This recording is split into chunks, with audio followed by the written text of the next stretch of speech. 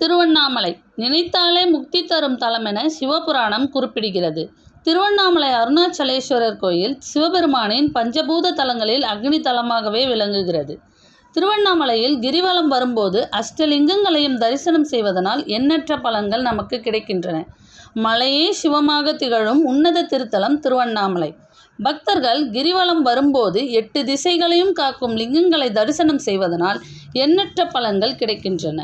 அண்ணாமலையார் சன்னதி துவக்கத்திலிருந்து மலையை சுற்றி வரும் கிரிவல பாதை முழுவதும் பல கோயில்கள் அமைந்திருந்தாலும் சிறப்பு வாய்ந்த அஷ்டலிங்க கோயில்களின் தரிசனம் மிக முக்கியமானதாக கருதப்படுகிறது.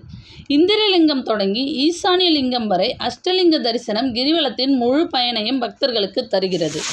இந்திரலிங்கம், அக்னிலிங்கம், யமலிங்கம், நிருதிலிங்கம், வருணலிங்கம், வாயுலிங்கம், குபேரலிங்கம், ஈசானிய லிங்கம் ஆகியன கிரிவலத்தை சுற்றியுள்ள அஷ்டலிங்கங்கள்.